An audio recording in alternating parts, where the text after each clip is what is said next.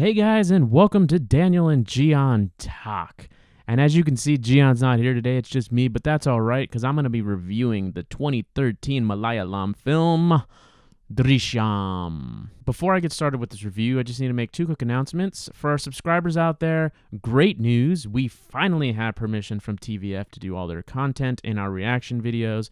So expect full-fledged reaction videos in the future. Actually, pretty soon. We actually plan to have quite a few up before the New Year's. Second, those 85% of you out there who are watching our content but are not subscribed, let's change that up. Hit that subscribe button, hit that bell to stay up to date with all our new content because we are going to have a lot of things in store for you in the future. Trust me, you're going to like it. So stay tuned. But without further ado, let's jump right into this review. So first and foremost, I just have to start by saying I had a pretty good time watching this movie. And even though it might not be my personal favorite Indian film so far, it's definitely a solid piece of entertainment, and sometimes there really isn't much else to say. So, with that, our review's done. Thank you. Good night. Just kidding. But in all actuality, I probably could have ended the review right there, to be honest with you, because to me, the film represents a family entertainment experience. I mean, it's there to make you laugh. It's there to make you cry. It's there to make you feel for the people involved. It also has some underlying political message and socioeconomic messages throughout the film, which is always good.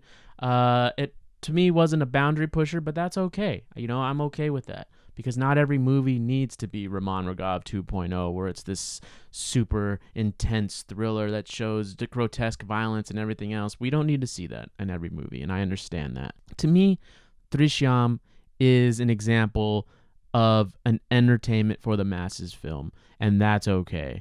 And to say that I had fun with it is really all you need to say. But it wouldn't be a Daniel and Gian Talk review unless we actually went in depth with it. So let's get started. I liked Mohanlal. He was a down-to-earth, and I kind of saw my own dad in him in a weird way. And I wonder if people out there feel the same way when you watch him on screen, because, like I said, I just for whatever reason, I saw a part of my own father in him, even though, you know, this story's an Indian story, even though I constantly and continue to say that as I continue to watch more and more Indian films and films of all different nations, I'm starting to just see that we're all human beings. Whether you're Indian or German or American or whatever, we're all human beings, and there's just a certain level of continuity between all of our cultures, really, because at our core, we're all human beings. But like I said, I enjoyed his performance. He carried the movie throughout from beginning to end, so I have nothing bad to say about him in particular. Some of the other actors, though, I felt fell a little flat on the acting. Mohanlal's assistant in the TV program kind of was over the top a little bit, and so were the daughters, but that's okay. You know, based on the context and circumstance, I was able to look past that because I definitely just turned my brain off and I just had a good time. That's why I'm going to keep bringing that up, that I had a good time, because at its core, that's all I kept doing. I anytime something bad would pop out to me or make me cringe, I would just say, you know what, whatever. Let's just see what happens next. And that's what I continually did throughout the whole film. Now, that's not to say that there's not some interesting artistic qualities going on, and that's what today's Cutaway is going to be about, as a matter of fact. And it's going to have to do with the transition shots that were used throughout the film, specifically match cutting. And so, before we get too deep into this review, let's go ahead and get that out of the way now. All right, guys, and welcome to the Cutaway. And on this edition, I am going to be talking about match cutting, and match cuts are used for continuity editing. They're able to streamline a process to orient a viewer from one scene to another seamlessly. For example, as you can see here in 2001: A Space Odyssey, the early primate throws the bone in the air, and as the bone continues to fly, the bone becomes a spaceship. And it's used to symbolize man's evolution from primate to human, and it shows that evolution through one single cut. It's a very impactful cut. Another example, and this is considered to be one of the greatest examples of the match cut, I personally think it's an okay version of it, is from David Lean's 1962 film Lawrence of Arabia. And in this cut, we see Lawrence blowing out a lit match and it seamlessly transitions to the sun rising. Now, what's special about this sunrise, as a matter of fact, is the lens that was used for this particular shot. It's actually a one-of-a-kind lens. As a matter of fact, the lens was made for this specific shot. Finally, one of my other favorite uses of the match cut is in the 1960 Alfred Hitchcock film Psycho, and in this particular instance, there is some thematic justification for this match cut. As the blood and water continue to spiral into the tub, we enter Marion's eye, her lifeless eye. There's no longer any more blood going down the drain because she is a lifeless corpse. She's now dead. Now in Drishyam, the match cut is used multiple times throughout the film, specifically to convey a transition of time. For example, the very first usage of the match cut in this film is to convey the present to the past. And we do this by following George Clooney's eyes, similar to the Psycho cut. Another usage of the match cut to convey a transition of time happens after the murder takes place and the body is buried. We transition via a leaf from the night of the incident to the morning of, as we can see right here. And finally, the most prominent usage of the match cut happens at the very end of the film. And this is impactful because we finally reveal where the body is buried, and it is buried within the confines of the police station itself, and we were able to establish this via match cut and only because of the match cut. This is why I love editing. This is why I love film. No one says anything, at this moment at least, that there is a body underneath the police station. But through the visual language and through the editing technique of match cutting, we are able to automatically understand that the body is buried beneath the police station. This is extremely powerful to receive information without having to utter one word. You never hear George Clooney say, "I buried him underneath the police station." But because of the visual cues, we are able to understand that he did in fact bury the body under the police station. So once again, thanks guys for this cutaway, and let's get back to this review. And we're back. So as you could see in the movie, they use this motif a lot, and it really helps you bridge that past and present, and that's always a good thing. That's something we always want. We just want the story to flow seamlessly. We don't really want to take a viewer out, especially when we are hitting them over the head with such intense content like we are now. Because for the first half of the movie, I'd say the first at least hour and 20 minutes, there is no thriller aspect whatsoever. It is a straight up comedy, drama, family film, okay? The drama comes from the wife wanting a new car, the wife wanting to go to this retreat, etc., etc.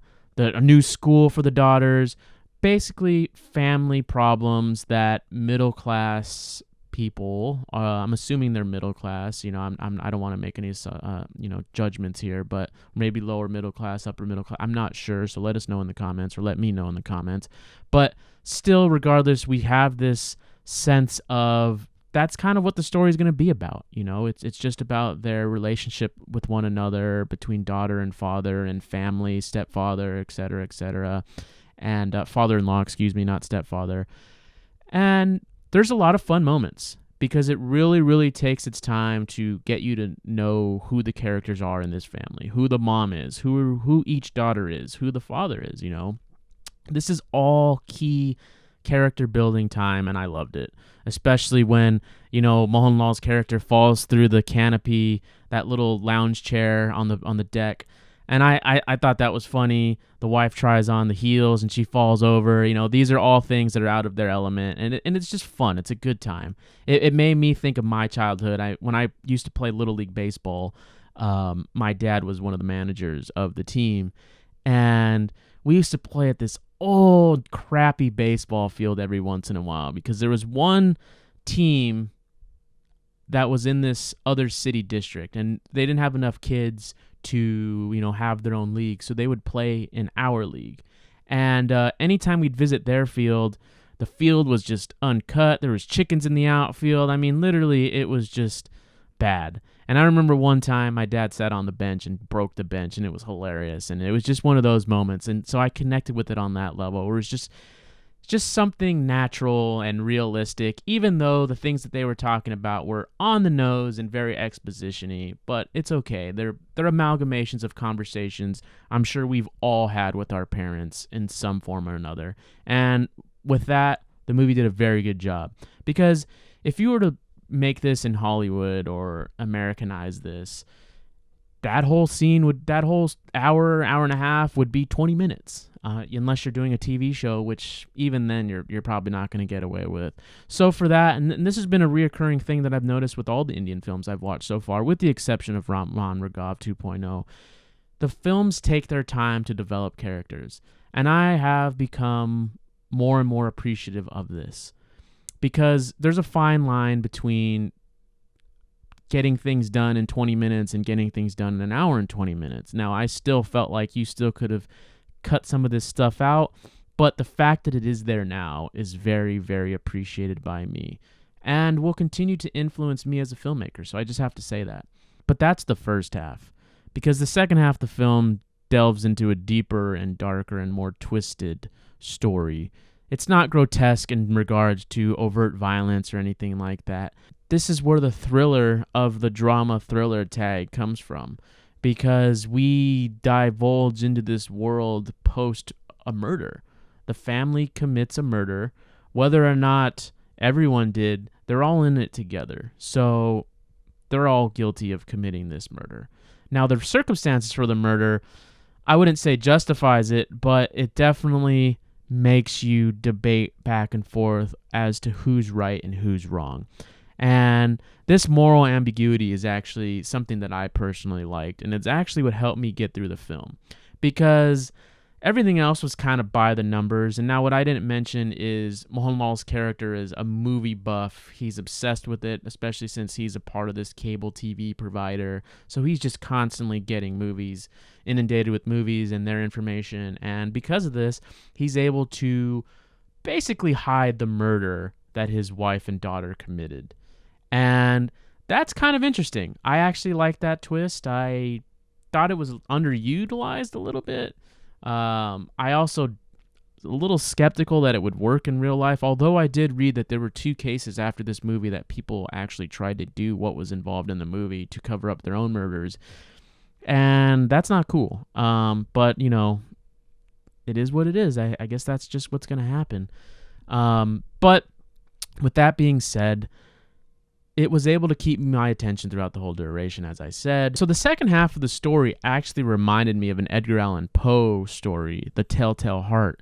And in that story, I'm not going to get into the plot of that, but essentially there's a dead body under the floorboards, and the guy who lives in the house, I believe it's a house, killed him and feels guilty. And he just wants to tell everybody, but he can't. And he can hear the heartbeat of the dead person underground. And that's what this story kind of does. I mean, you are misled to believe that this body's buried in the backyard the whole duration, and that they're going to get caught at every moment because the cops are onto them, because this kid that they killed was the police inspector's child. And that's a big deal. So when it's that person, they're going to have resources. They're going to come for you. They're going to come find you. And this is the part I didn't like. I enjoyed everything that involved the family. I did not enjoy most of the stuff that involved the police. I thought, for the most part, all of their dialogue was over the top. The acting was over the top. It just didn't seem realistic to me. There was not a lot of detective work going on, in my opinion. So when we get towards the end, when we start piecing together the plot, the cops start to piece together the plot, it just felt like happenstance, like they decided to just pull it out of their ass. And for me personally, that really took me out of the movie, that they somehow figured out he was lying without really any hardcore evidence other than that one cop seeing Mohanlal's character with the yellow car. Would that be enough evidence to continually investigate this one family? I personally don't think it is, but I don't know. Maybe in India it is. You let us know in the comments for sure.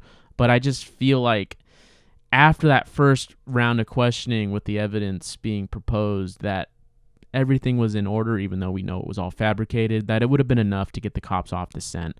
But at the same time, it's a movie and I understand that. So I didn't hold it against it too much because, like I said, I was having fun. But that is a big complaint of mine. The dialogue was heavy-handed at times. It was very filled with exposition. And as a matter of fact, there were certain moments where I felt like the film was preaching to me. I felt like in some weird way the movie was made by an older generation of Indians and they were preaching and talking down to younger generations. And since I'm not Indian myself, I don't live in India, I can't comment on whether or not this is accurate, but this is what it made me feel, especially when the mom's talking about Snapchat and or phones only send nudes and stuff, and that's just not true. I know they mentioned that it's not true, but it's just this thinking. In my mind, I feel like if I were an older person watching this movie, I'd be like, yeah, man, cell phones are bad. They're just for nudes. But really, it's not. So like I said, I feel like sometimes the writing was writing towards an older audience, but I could be wrong. Let me know in the comments for sure. But that did bother me. I also felt like there was an overemphasis on the dialogue. I keep saying the exposition, but there's a lot of things that I felt like could have been visually told and didn't necessarily need that audio cue. For example, at the very end, when we find out that the body's under the new police station, we have this montage where it match cuts him in the present and him in the past as he's walking out of the police station. That's all we as the audience need to know, that it was there. We didn't need to see anything. We didn't need to hear anything. That's all we needed. But the movie kept doing it over and over again, and then there's even a sign that says it's the police station. Like, we didn't need all that stuff. And to me, that adds time to your movie. That doesn't add any new information, and that's ultimately something that I probably would have cut out. And it's moments like that that kind of degrade the quality of the film, in my opinion. Doesn't take away from the fun. Don't get me wrong. I still had fun. But there were moments, like I said, where that was a distraction. Some of the performances were a distraction, especially towards the end, like when they were the cops were beating the family. None of those strikes looked real. Everything looked fake. It was very drawn out. I mentioned the over-top performances, and it was the moments when we were being interrogated, and then you'd cut to the actors, and they'd be like, oh, and they'd take a breath, and oh, and they'd start looking around or something. If I was a cop and I saw that, I would immediately think you were guilty. But they tried to play it off like it was a subtle reaction, like, oh no. Once or twice did the cop actually recognize this, but for the most part, everyone was doing these great big gasps. And like I said, that was very distracting for me. I didn't really need it because the context of the scene was enough where I could understand if they had no expression on their face, because it's a serious situation. We're talking about the covering up of a murder here. I don't need someone to, oh, how is he going to find out? Oh. And so maybe it was the version I watched. I don't know. I feel like I watched a dub version because the dialogue didn't seem exactly the best, but maybe I'm wrong. Speaking of audio, the only thing I truly, truly did not like about this movie wholeheartedly was the score. It was just too much. It guided my emotions way too much. And when you guide people's emotions for 2.5 hours, for me personally, I feel like that desensitizes you to truly horrific moments. I feel like there's certain times where you don't need score at all, but this movie, for the most part, I almost felt like always had some sort of music in the background. And to me, that makes me tired. Not physically tired, but I want to go to sleep, but it just overwhelms the senses, and I get taken out when I see, someone over dramatic or something, because then you think, oh man, okay, here's more over dramatic stuff because the music is telling me something over dramatic is going to happen, as opposed to something dramatic just happening and maybe the music's there as a background to help aid it. With all this in mind, 3-hour movie telling as much story as it did for only $697,000 US. Apparently, this movie was made for 45 million Indian rupee, and that's the conversion rate. So with that, hats off, because I commend that. I appreciate that. I love that. I love when films like this can be made for that amount of money. I don't know how much 45 million rupees is in India. I'm going to assume that you guys think it's a lot of money. Here in the States, no movie's made for $697,000, especially one with a big named actor like Mohanlal. You would never ever see that. Even though Gian and I both personally feel like you could easily make some of our movies for that much, it's just not the way the industry works with the unions and whatnot. But overall, as I said in the very beginning of this interview, despite all the shortcomings I personally had with the movie, I did have a good time. I truly, truly mean that. I am not just saying that for the camera. I had a good time. I watched 90% of it last night, woke up, very first thing I did was finish the rest because I just wanted to know how it ended. I was very curious how they were going to piece it together, and, it pieced together pretty well. I liked the confession at the end, and I liked the whole twist that the first part of the movie was this one movie, and then it all of a sudden turned into another one. It reminded me of this year's movie, American film Get Out. If you haven't seen it, recommend you check it out. We did a podcast on it, so if you check it out, go ahead and take a listen to our podcast. Wasn't my personal favorite movie of the year, but I know for a fact it was loved by a lot of people here in the States. And it's, well, I don't want to give it away. Like I said, it's a similar tone, similar premise, similar, that's all I'll say. But with that, guys, that'll do it for this review. Hope you enjoyed it. I really do. Please recommend more movies that we're going to be doing. Our next movie review will be 3 Idiots, and that's going to be coming out not this Sunday, but next Sunday. So be on the lookout for that. And that'll be with Gian and I. But yeah, that is our official next film that we will be reviewing together, 3 Idiots. And like I said at the beginning of the video, we have permission from TVF, so expect more of that. Expect more EIC, expect more reactions. And for those of you who missed the live stream that came before that, you can go ahead and check that out. I had a little Q&A. But as I was talking in that video, I was talking about games. That's something that I plan to get into. So if you didn't watch that, what are some of your favorite games out there? Do you play PC, Xbox, PS3, or PS4, excuse me, or maybe PS3? I don't know. Let me know in the comments. I actually plan to start Twitch streaming soon. I just have always wanted to do it, and for whatever reason, I haven't, and now I'm going to. I personally play all kinds of games on the PC. Lately, I've been playing PUBG. I know some of you out there do play that as well. But, maybe we can get something started here. Maybe we start a clan, Daniel and Gian clan or something like that, or play games together, whatever. That'd be great. That'd be fun. Let us know in the comments. Let me know in the comments if that's something you'd be interested. Let us know your favorite games, etc., etc. If you like this review, please hit that thumbs up. If you didn't, hit the thumbs down. Let us know in the comments why, though. Don't just leave us a thumbs down. Tell us why you didn't like it so we can continue to improve. We read all the comments. We really appreciate it. We enjoy everything that's gone on in the last few months since we started doing Indian content. And we're going to continue to expand as the year goes forward, or it turns into a new year, I should say. So stay tuned. And thanks, guys. Enjoy the rest of your day.